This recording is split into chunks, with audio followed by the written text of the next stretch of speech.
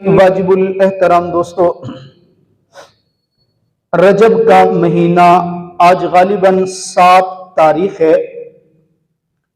آپ حضرات کے علم میں ہے، ہماری کوشش ہوتی ہے کہ ہر جمعہ تاریخ اسلام اور تاریخ پاکستان کے حوالے سے جو اہم موقع، جو اہم بات بن رہی ہو، جو موقع، جو تاریخ اہمیت کی حامل ہو، ہم اس موضوع کے اوپر گفتگو کرنا اپنے لیے ضروری سمجھتے ہیں۔ اگر تاریخ اسلام کی کوئی اہم شخصیت آئے، کوئی اہم واقعہ ہو، ہم اس کو بھی آپ حضرات کے سامنے ذکر کرتے ہیں، اور اگر تاریخ پاکستان میں کوئی اہم شخصیت، اہم واقعہ ہو تو ہم اس کو بھی آپ حضرات کے سامنے ذکر کرتے ہیں۔ اس لیے کہ ہم جس طرح اپنے لیے تاریخ اسلام کو یاد رکھنا ضروری سمجھتے ہیں، اسی طرح تاریخ پاکستان کو یاد رکھنا بھی ضروری سمجھتے ہیں۔ ہم جس طرح تاریخ اسلام کی بنیاد میں خون دینے والے شہداء کو خراج عقیدت پیش کرنا اپنا فرض منصبی سمجھتے ہیں، ہم اسی طرح تاریخ پاکستان کی بنیادوں میں اپنا لہو پیش کر کے آپ کو اور مجھے آزاد فضاؤں میں پہنچانے والے عظیم شخصیات کو یاد کرنا بھی ضروری سمجھتے ہیں۔ گزشتہ 2-3 جمعے آپ حضرات کی خدمت میں ہم نے شان سیدنا صدیق اکبر رضی اللہ تعالیٰ عنہ بیان کی تھی، اور اس کی اہم وجہ بھی یہ تھی، مہینہ جمادی الثانی کا تھا، اور 22 جمادی الثانی کو جناب امیر المؤمنین سیدنا ابو بکر صدیق رضی اللہ تعالیٰ عنہ اس دنیا سے پردہ فرما گئے تھے۔ اب رجب کا مہینہ شروع ہے، اس مہینے میں بڑے اہم واقعات پیش ہوئے، اہم واقعات پیش آئے۔ ایک اہم واقعہ اس مہینے کے اندر معراج کا پیش آیا تھا۔ معراج کا وہ واقعہ کہ جس کے اندر میرے آقا نامدار تاجدار ختم نبوت جناب محمد عربی صلی اللہ تعالی علیہ وسلم بیداری کی حالت میں اللہ کے حکم کے ساتھ زمین سے چلے، اپنے گھر سے کعبۃ اللہ بیت اللہ کے اندر، پھر بیت المقدس کے اندر، پھر جناب والا آسمان پر، پھر 7ویں آسمان پر، پھر سدرۃ المنتہا پر، پھر سدرۃ المنتہا سے آگے میرے اللہ کے پاس پہنچے تھے۔ وہاں میرے رب کے ساتھ بڑی پیار محبت کی گفتگو ہوئی، راز و نیاز کی باتیں ہوئی، کچھ میرے آقا نے پیش کیا، کچھ اللہ نے دیا، کچھ جناب آقا مدنی کریم صلی اللہ علیہ وسلم نے ادب و احترام کر کے دنیا کو دکھایا کہ اپنے سے بڑے کے سامنے جب جایا جاتا ہے تو کیسے جاتے ہیں، کس انداز میں گفتگو کرنی ہے، وہ میرے پیغمبر نے کر کے دکھائی۔ پھر میرے اللہ نے قدر کر کے دکھائی کہ جب کوئی چھوٹا ادب کرتا ہے تو بڑے کا کام کیا ہوتا ہے، کس طرح نوازتا ہے، وہ میرے اللہ نے نواز کے دکھایا ہے۔ بہرحال وہ پورا واقعہ انشاءاللہ تعالی اپنے مقام پر، جس کو میں اور آپ معراج کا واقعہ کہتے ہیں، اسی مہینے کے اندر پیش آیا تھا، انشاءاللہ تعالی اس کو ذکر کریں گے۔ ایک واقعہ اس ماہ مبارک کی 13 تاریخ کو پیش آیا تھا۔ 13 تاریخ تھی، ماہ مبارک تھا، رجب کا مہینہ تھا۔ 13 تاریخ کو اس کائنات نے اس عظیم شخصیت کا چہرہ دیکھا تھا۔ اس چشم فلک نے اس مرد کلندر کی زیارت کی تھی کہ جس کی تاریخ کے اوپر اگر گفتگو کی جائے وقت کم پڑ جاتا ہے، لیکن اس کی شجاعت کے کارنامے ختم نہیں ہوتے۔ اگر اس کے علم پر بات کی جائے، یقین کیجئے آپ اور میں دنگ رہ گئے، میرے اللہ نے اس کو علم کتنا عطا کیا ہے۔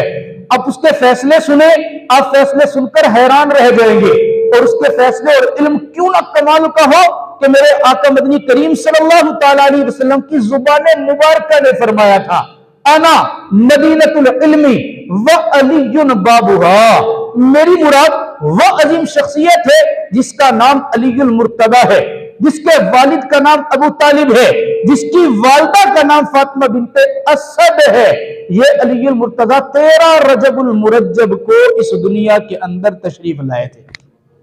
تو اس مہینے کے عنوان سے ہم الحمدللہ اپنے آقا کے ہر ایک صحابی سے محبت کرتے ہیں، ابو بکر کی الف سے لے کے علی کی یا تک، ابو بکر کی الف سے لے کے علی کی یاد تک جتنے صحابی درمیان کے اندر ہے ہر ایک سے محبت کرنا اپنے ایمان کا جز سمجھتے ہیں، ہر ایک سے عقیدت رکھنا اپنے ایمان کا جز سمجھتے ہیں۔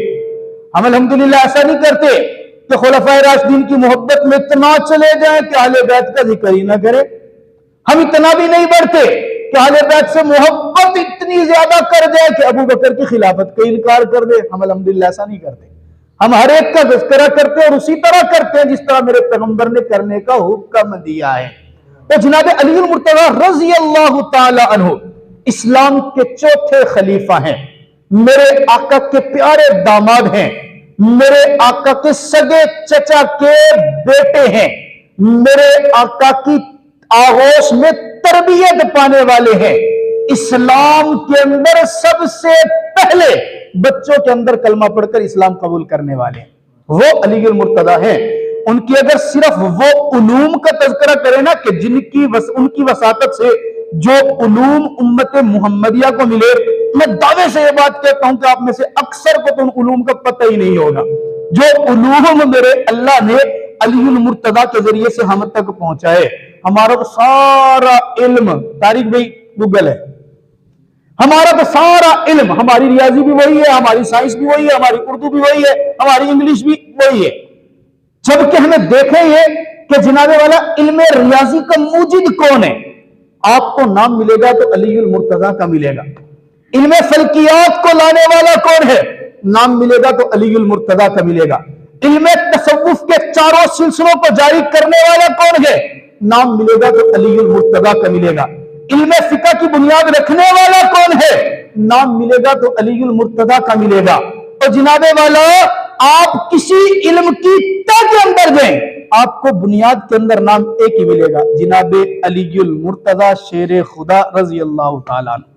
اچھا، ان کے نام کے اندر ہی بڑی عجیب بات ہے، بچہ جب پیدا ہوتا ہے نا جی، اس کے نام رکھنے کے حوالے سے چاچا، ماما، تایا محبت کرنے والے اپنے اپنے مشورے دیتے ہیں۔ اس زمانے میں ایک دستور تھا کہ جب بچہ پیدا ہوتا نا، لوگ بچوں کے نام اپنے آبا کے نام پر رکھتے تھے، اپنے والد صاحب کے نام پر، دادا کے نام پر، نانا کے نام پر، دادی کے نام پر، یوں نام رکھے۔ جیسے آج کل نام رکھا جاتا ہے فلمی ایکٹر کے نام پہ، نام رکھا جاتا ہے جناب فلاں ڈرامے کے اندر بڑی اچھی ہیروئن تھی اس کے نام پہ، نام رکھا جاتا ہے یونیک نام ہونا چاہیے، یونیک ایسا نام۔ حالانکہ نام کے اندر اصول یہ والد کا سب سے پہلا تحفہ اپنی اولاد کو جو ہوتا ہے نا، وہ اس کا اچھا نام رکھنا ہوتا ہے۔ اس لیے حدیث مبارکہ نام اچھا، اس کا اثر بچے کے اندر ہوتا ہے، اس کا اثر ہوتا ہے، اس لیے نام بابرکت رکھیں، نام ایسا رکھیں جس کا معنی اچھا ہو۔ اور نام اگر صحابہ کرام کے ناموں میں سے ہو، سبحان اللہ، جس صحابی کے نام پہ آپ نام رکھیں گے میرا اللہ ان کے اوصاف بچے کے اندر منتقل کرتا ہے۔ یہ نام کا بڑا، حضرت علی رضی اللہ عنہ کی پیدائش ہوئی، نام رکھنے کی بات ہے، حضرت علی کی والدہ کا نام فاطمہ ہے اور ان کے والد کا نام اسد ہے، فاطمہ بنت اسد، یعنی حضرت علی رضی اللہ عنہ کے نانا کا نام اسد تھا، حیدر، اسد، شیر۔ والدہ نے سوچا کہ میں نے ان کا نام اپنے والد کے نام یعنی نانا کے نام پہ اسد رکھوں گی۔ اچھا، وہ نام رکھتے ہوئے یہ بھی سوچتے تھے، کیونکہ عرب لوگ تھے، جنگجو قسم کے لوگ تھے، وہ چاہتے تھے کہ میرا بیٹا بہادر بنے، میدان کے اندر نکلنے والا بنے، میدان کے اندر نکلے تو پھر دشمن کے اوپر بالکل یلغار کرے، دشمن سے بالکل ہارنے والا نہ ہو، دم دبا کے بھاگنے والا نہ ہو، دشمن جب حملہ کرے اس کو چائے کی پیالی پیش کر کے سلوٹ کر کے واپس بھیجنے والا نہ ہو، بلکہ اس کو بالکل یوں سبق سکھانے والا ہو جیسے ایران کو ابھی ساتھ سبق سکھایا گیا، ایسے سبق سکھانے والا ہو زبردست۔ میں تو اپنے بیٹے کا نام اسد رکھوں گی کیونکہ اسد کا معنی شیر ہے، اور شیر اس کو کہتے ہیں جو دشمن کے اوپر یلغار کرے، جو دشمن کے اوپر حملہ کرے، جو جنگل سے ڈر کے نہیں بھاگتا۔ میں تو بیٹے کا نام اسد رکھوں گی، نام رکھ دیا گیا اسد۔ والد چونکہ ابو طالب وہ ایک پاؤں سے نا لنگڑے تھے، معذور تھے، کاروبار بھی زیادہ نہیں تھا، بچے زیادہ تھے، کثیر العیال تھے، انہوں نے اپنی اولاد کو تقسیم کر دیا تھا رشتہ داروں کے اندر۔ آپ علیہ السلام کی چونکہ پرورش بچپن کے اندر جناب ابو طالب ہی نے کی تھی، تو حضرت علی رضی اللہ تعالیٰ عنہ میرے آقا کے ذمے آگے کہ ان کی تربیت، ان کے اخراجات پیغمبر نے کرنے ہیں۔ لوگ علی رضی اللہ تعالیٰ عنہ کے بڑے فضائل سناتے ہیں، میں عموماً کہا کرتا ہوں حضرت علی رضی اللہ تعالیٰ کی فضیلت کے لیے یہی بات کافی ہے کہ انہوں نے بچپن میں پرورش میرے آقا کے آنگن میں پائی ہے۔ آج کسی کا بچہ اگر کسی پیر فقیر بزرگ کے پاس چلا جائے نا، بچپن میں ایک گھٹی مل جائے، وہ دسیوں کو بتاتا ہے میرا یہ بیٹا بڑا خوش قسمت ہے، اس کو فلاں اللہ کے ولی نے گھٹی دی ہے، اس بچے کی بڑی خوش قسمت ہے، اس کے لیے فلاں نے بسم اللہ کرائی تھی۔ آپ یقین کریں حضرت علی المرتضی رضی اللہ تعالیٰ عنہ کو کیا شان ہوگی کہ جنہوں نے پرورش اگر پائی اس ماں کی گود میں پائی جس کا نام خدیجہ الکبریٰ ہے، اور جس کو زمانہ جاہلیت میں عفیفہ طیبہ طاہرہ پاک دامن کہا جاتا تھا۔ زمانہ جاہلیت جو شراب کا عروج تھا، زناکاری کا عروج تھا، چوری ڈکیتی کا عروج تھا، جس وقت عزت نام کی کوئی شے تھی نہیں، اس زمانے کے اندر جس کے آنگن جس کے دامن پہ کوئی انگلی نہیں اٹھا سکتا تھا، اس کی گود کے اندر علی المرتضی رضی اللہ تعالیٰ عنہ اپنی تربیت کا آغاز کرتے ہیں۔ جناب علی المرتضی پھر تربیت کا آغاز، تربیت کی دیکھو نا برکات دیکھے۔ جب میرے آقا مدنی کریم صلی اللہ علیہ وسلم نے نبوت کا اعلان کیا نا، کوہ صفا کی پہاڑی پر کھڑے ہوئے، اللہ کا حکم آیا وَأَنذِرْ عَشِيرَتَكَ الْأَقْرَبِينَ، اے پیغمبر جو ذمہ داری آپ کو ملی ہے سب سے پہلے اپنے خاندان والوں کو بلائیں اور ان کو سمجھائیں۔ آپ علیہ السلام نے سارے خاندان والوں کو بلایا، ساروں کو۔ میرے آقا نے کھڑے ہو کے اعلان کیا میں اللہ کا پیغام لے کر آیا ہوں، کون ہے جو میرا دستے بازو بنے گا؟